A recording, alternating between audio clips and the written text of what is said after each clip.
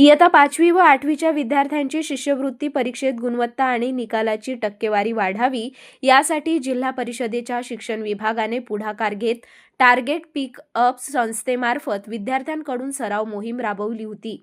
यात जवळपास 24,000 विद्यार्थी सराव करीत होते। विद्यार्थी ऑनलाईन परीक्षा सोडू शकतील अशी ही व्यवस्था होती। या टार्गेट पिकअप्सच्या 8वीच्या दुसऱ्या ऑनलाईन सराव चाचणीच्या एक प्रश्न पत्रिकेत विचारण्यात आलेला प्रश्न चांगलाच वादाचे कारण ठरला आहे। प्रश्नावलीत उच्च जातीचे नाव काय असा प्रश्न विचारण्यात आला। यामुळे शिक्षकांमधून संताप उमटला असून विद्यार्थ्यांच्या मनातून जातीय निर्मूलन कसे करणार असा प्रश्नही उपस्थित करण्यात येत आहे। परीक्षा 22 फेब्रुवारीला होणार आहे। या प्रश्नासंदर्भात संबंधित संस्थेकडून प्रश्नाची ठेवण आणि भाषा चुकीची होती, त्यामुळे त्यांच्याकडून लेखी खुलासा मागवण्यात आला आहे। त्यानंतर कारवाई करण्यात येणार असल्याचे मुख्य कार्यकारी अधिकारी मंदार पत्की यांनी सांगितले। आपण इयत्ता 5वी आणि 8वीसाठी जे विद्यार्थी असतात त्यांना स्कॉलरशिप एक्झाममध्ये मदत व्हावी आणि त्यांचा चांगलं तयारी व्हावी यासाठी टार्गेट पिक हा उपक्रम माननीय जिल्हाधिकारी विकास मीना यांच्या संकल्पनेतून सुरू केला होता।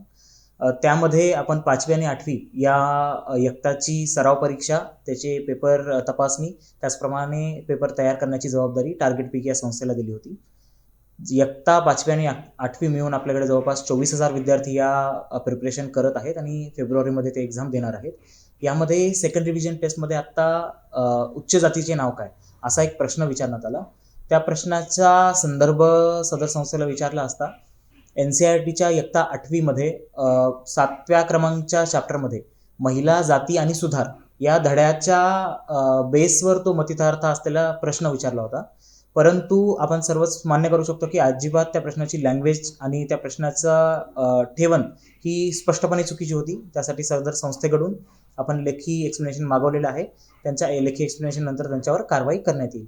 त्याचप्रमाणे मुलांची एक्झाम ही आता फेब्रुवारीमध्ये असल्यामुळे मुलांच्या एक्झाममध्ये कोणताही व्यत्यय येणार नाही आणि मुलांना ह्या सर्व बाबींचा, जाती व्यवस्था असेल किंवा बाकी सर्व विषय असतील, यांचा मानववंशवाद आणि त्याच्या शास्त्रानुसारच अभ्यास करण्याचं प्रवृत्त करण्याची एक संधी आम्ही या 2 महिन्यामध्ये वापरणार आहोत आणि त्याचप्रमाणे या स्कॉलरशिपमध्ये मुलांचा सक्सेसचा आकडा कसा वाढेल यावर जिल्हा परिषद प्रशासनाचा फोकस असेल।